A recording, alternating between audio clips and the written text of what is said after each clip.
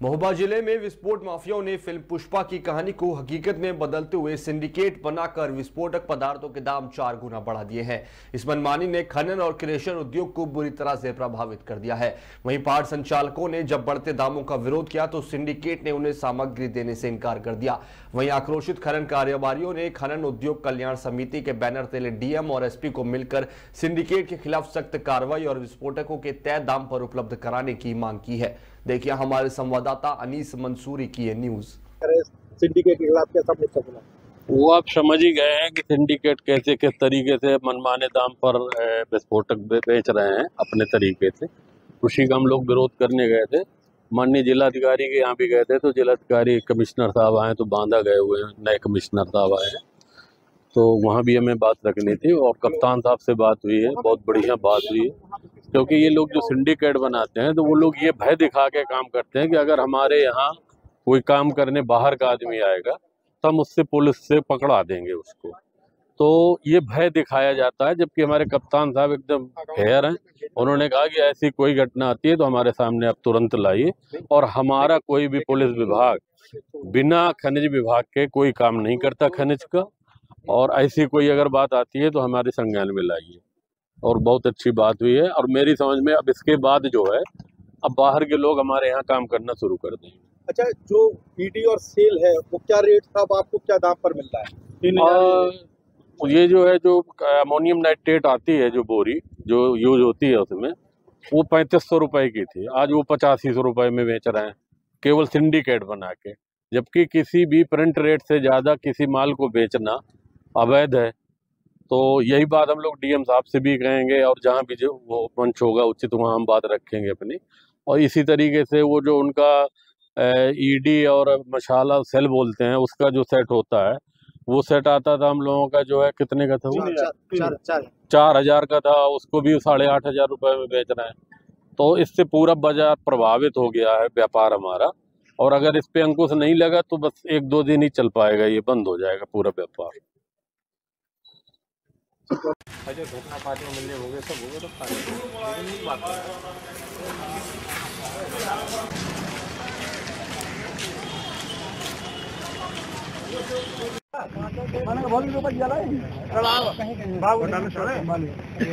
बाबूजी चला भैया हेलो यार हेलो आओ सभी भैया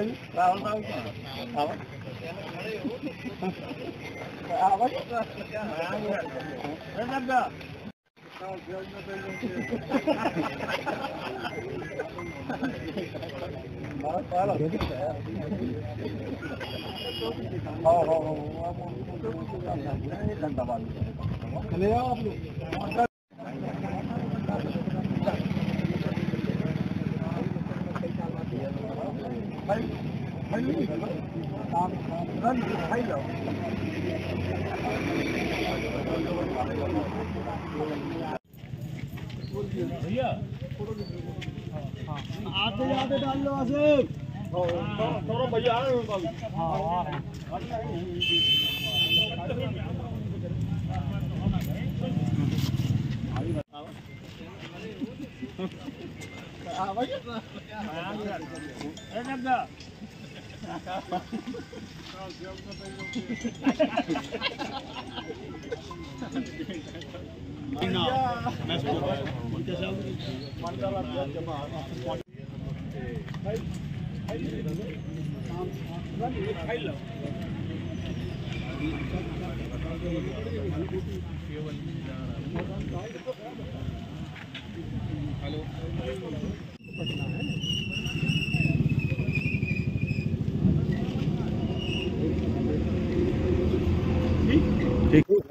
हमारे यहाँ जनपद महोबा में करीब 7-8 जो है मैगजीन के जो है लाइसेंसधारी हैं।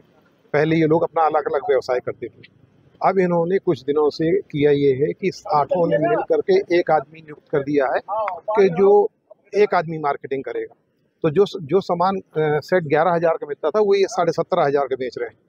दूसरी बात जो सेट जो है पूरा, और दूसरा जो है पहले नौगांव जो बॉर्डर के बांदा और प्रकाश बावरी उन लोगों के पास लाइसेंस है, वो 100 किलोमीटर तक जो है विस्फोटक दे सकते हैं और विस्फोटक का यूज़ करेंगे वो जो वहाँ पे आके।